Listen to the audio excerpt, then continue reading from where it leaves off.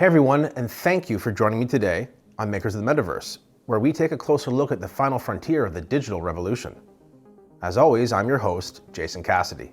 If you're into real estate, then boy oh boy did you ever end up in the right place. And that's because we're about to take a dive into the deep end of the Metaverse real estate market. We'll be looking at the pros and cons of virtual real estate and how it stacks up against physical real estate. So plug in, because this incredible journey officially begins now.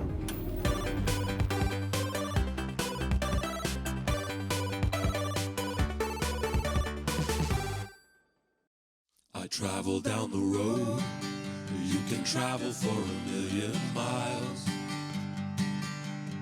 Redesigning everything in a digital style.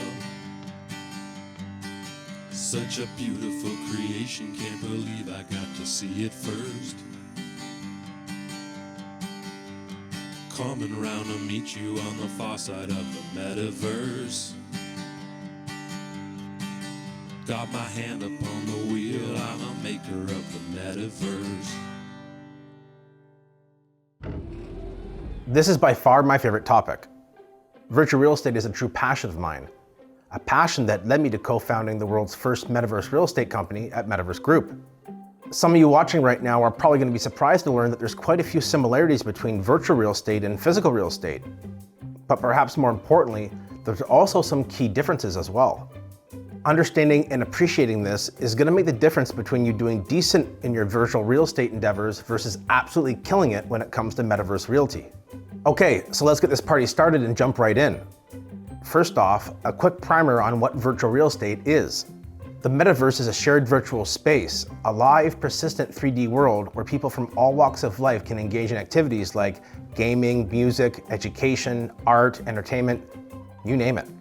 To facilitate all this action that takes place in the various metaverses, there's the concept of virtual real estate or virtual land to support it. And in the metaverse, you can purchase and own virtual land without any strings attached. You see, in the Web 2 world with popular games like Fortnite, you actually don't own your own in-game items. They can be taken from you at any time and they're actually attached to your account. But in the Web 3 world of the metaverse, whenever you acquire an item, you actually outright own it because it's attached to your wallet. And this means when it comes to your in-game items, you can do what you want, where you want, when you want, however you want. And virtual land is perhaps the perfect example of this, as you can build whatever you want on your land. You can rent it, trade it, sell it, or just let it sit there until you have a better idea to put it to use. If your account was banned for some reason in the Web 2 world of Fortnite, you could lose access to all your in-game items that you spent so much time, effort, and money collecting. Thankfully, this nightmare scenario cannot take place in the Web 3 world. Those items reside in your wallet, and it's your wallet that's associated with various metaverses. Metaverses come in all different types of shapes, sizes, and themes as well. Some have more of a gaming feel like Axie Infinity in The Sandbox, while others like Decentraland look to harmonize the very best parts of the virtual and the physical world and put more of an emphasis on business and pleasure. There are many different metaverses out there. They're all trying to find different ways to differentiate themselves. So, Decentraland, which is a well-known one of the first metaverses, is, a social metaverse. Sandbox wants to be, they refer to themselves as New York, and want to be the 24/7, party metaverse. If you compare it with social media, in the early days of social media, there were multiple different social media applications and platforms. So they'll all bring different utilities, and my view is ultimately there'll be 10, maybe 15 core virtual worlds or metaverses that interact with each other, just like there are some very core social media applications that interact with each other today.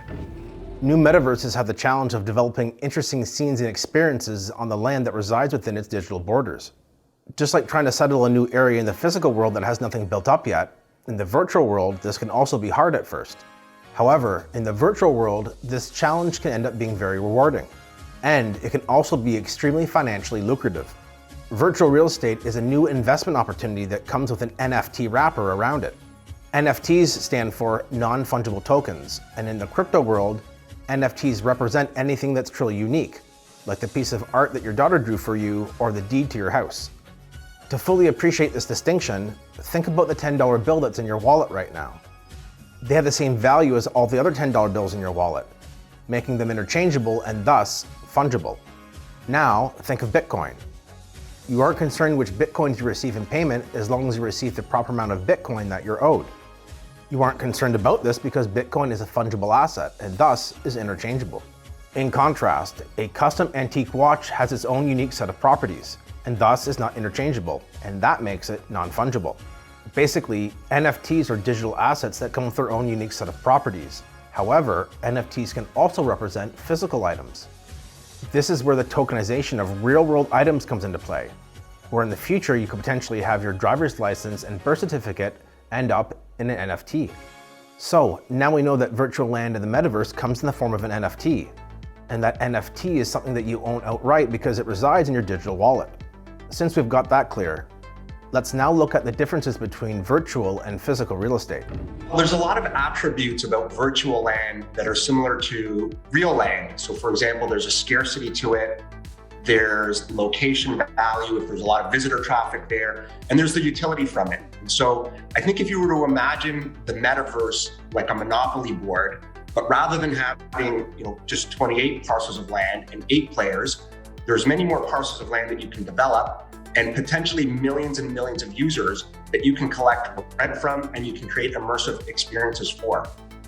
And I think that's what's key to remember about this, that it's just like, I know it's hard to wrap your head around, it's just like buying real land. If you had a parcel of land in Times Square and you can put up billboards and rent them out or build a telco tower and rent them out also, then you can make a lot of money. Brands and businesses and large investors were coming in with, hey, you know what? I want to build a game here. So Maddie, this is awesome land you have. Can I buy it off you for X amount of money? And sometimes you get really good offers for lands that you bought for 1/5 of the price. It was very new to a lot of people, and that was where the fun was. The joy was trying to figure out an economy that was completely new. And if you knew how it worked and you were one of the very few people, you had a tremendous advantage for that whole industry. Virtual real estate comes with some serious perks that physical real estate just cannot match.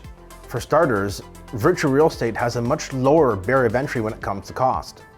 Just about anyone can afford to dip their toes into the shallow end, as the prices for a single plot of land can range from $50 US all the way up to $100,000 US. There is no yard work required or TLC to address in your newly bought home. Nor is there a need to repair your roof or deal with a pesky insect infestation. There are no building codes to look into, no permits to acquire, nor any covenants or restrictions on what you can do with your land. You don't have to worry who owns the mineral, surface, water, or timber rights to your virtual land either, because the metaverse just doesn't care about this stuff. You also don't have any property tax to deal with, nor the need for home insurance. You aren't paying for utilities each month either, and you can forget about having to fork out cash for HOA fees too. Because virtual real estate is so much cheaper than physical real estate, there really isn't a need for mortgages either, which means that landowners aren't getting into trouble making risky bets.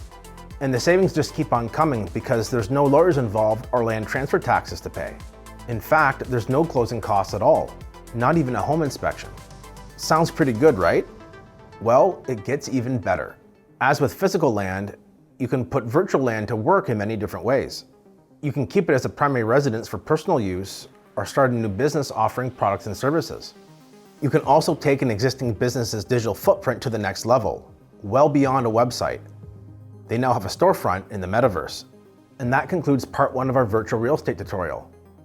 Be sure to come back soon and check out the second installment. Until next time, have fun, enjoy life, and I will see you on the far side of the metaverse.